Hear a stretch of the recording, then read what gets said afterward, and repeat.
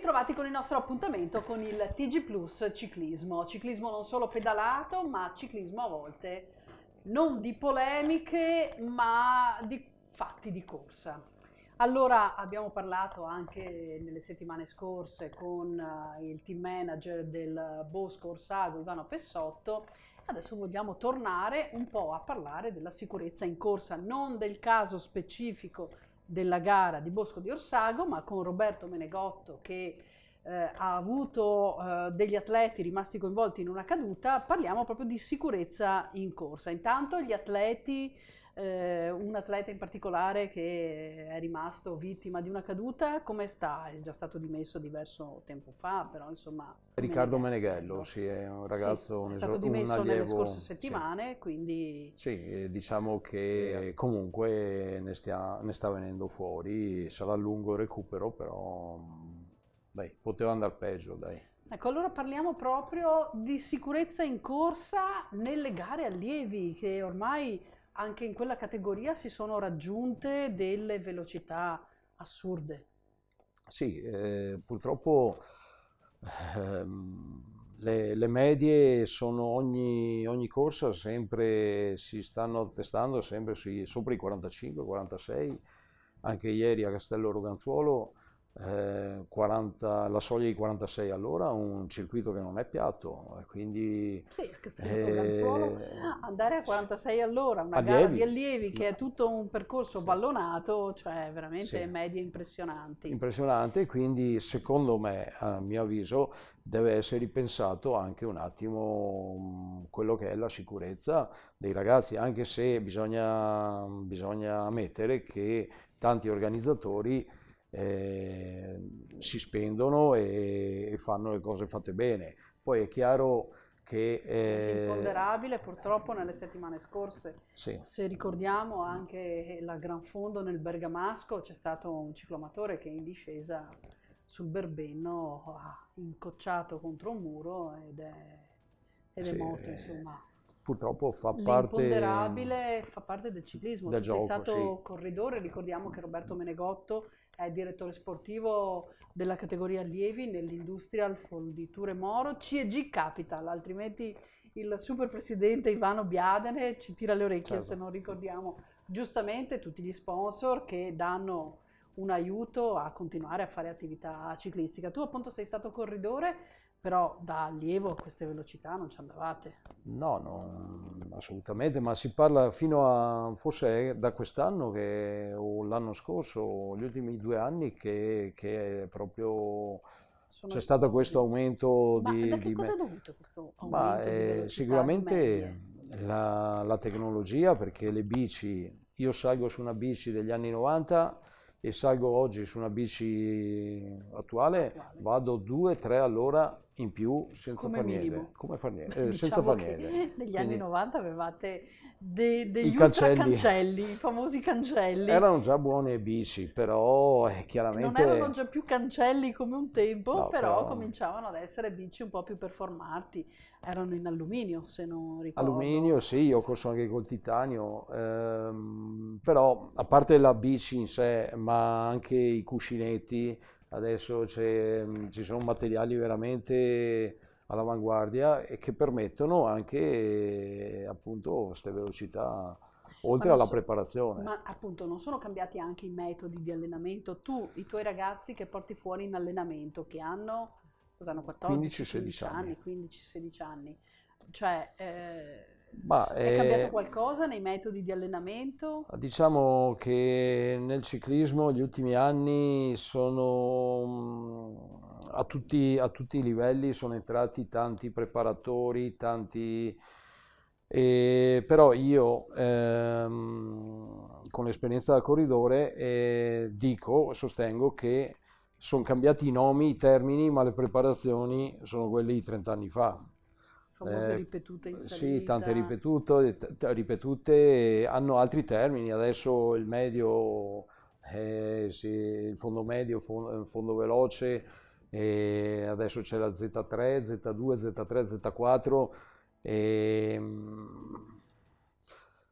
si parla un po' troppo di numeri anche, secondo me, Però se si e vuole andare tralasciando... forte in bicicletta bisogna allenarsi e Sì, allenarsi sì, bene. però bisogna anche far sognare sti ragazzi, non si può solo guardare i numeri, è un po' limitante. I ragazzi non devono perdere la voglia di sentire l'aria in faccia, alle volte anche di andare senza guardare i computerini. Cioè, ma tu a 16 anni avevi il computerino? No, No, anche andavate a perché io a 16 sensazione. anni giocavo a calcio, Giocavi a calcio, è vero, perché tu onestamente. hai avuto Dai ovviamente 18 anni io dai sono 18 diventato anni, tu corridore, sì, poi... andavi col computerino, cioè Sì, beh, gli anni là sì, già, però non però c'era l'ossessione che c'è computerino erano adesso, contachilometri, conta adesso chilometri. sono veri e propri computer Allora, a che... me l'estate scorsa è rimasta impressa una foto di un arrivo di una corsa forse in Spagna, parliamo di professionisti ma di altissimo livello, in cui i primi 5-6 in volata nessuno alzava le braccia oppure esultava, ma erano tutti quanti lì a cliccare sul computerino a testa bassa. Sì, Cioè io vorrei... non gustano più la Io vor... vittoria, il sapore proprio della No, vittoria. infatti è un po' freddo il fatto di guardare solo sto computer. Sono perché stoppano Dopo la linea la corsa d'arrivo. per dopo girarlo al preparatore o analizzare i dati. Vorrei che l'UCI arrivasse a vietare l'uso del computerino in corsa. Non sarebbe una Sarebbe da cattiva idea. ridere, ci sarà da ridere, ci sarebbe. Cioè, allora, sulle radioline, tornando a parlare di sicurezza, le radioline sono un motivo di sicurezza, però il corridore rischia di essere pilotato come se fosse dall'ammiraglia un joystick Sì. e un gioco a computer. Togliamo i computerini ai corridori, cioè... Si spegne la luce per tanti, per il eh, 90% secondo me, anche nei professionisti. È per questo che noi allenatori nelle categorie giovanili bisogna sia allenarli con i numeri, ma anche fargli capire, il corridore secondo me deve salire in bici, sapere esattamente in che frequenza è, non dipendere da un computerino. E questo è appunto che se l'UCI dovesse arrivare a questo, che secondo me prima o dopo ci arriva, è davvero preoccupante. È un po' come se Sinner durante una partita controllasse il computerino Certo, sul polso a vedere quante battute ha fatto, come è andata la traiettoria, la velocità della palla. sì. Cioè si perde un po' il gusto proprio della corsa, La poesia la poesia del e ciclismo. il ciclismo deve avere questo perché i ragazzi devono sognare, devono appunto, torno a dire, la bellezza di sentire l'aria in faccia, il sole, e, e a 16 anni devono sognare. È per questo che tu hai scelto il ciclismo perché, rispetto al calcio, perché il ciclismo ha forse più poesia.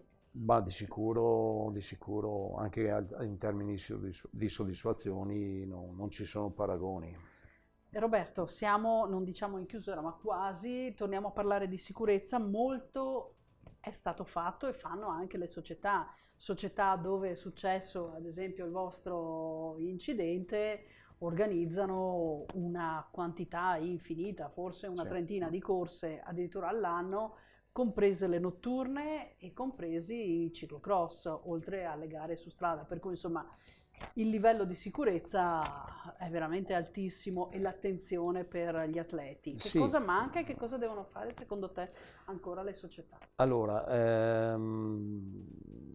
vedendo le corse negli allievi, un allievo non può avere l'abilità che ha un professionista o un under 23 per esperienza.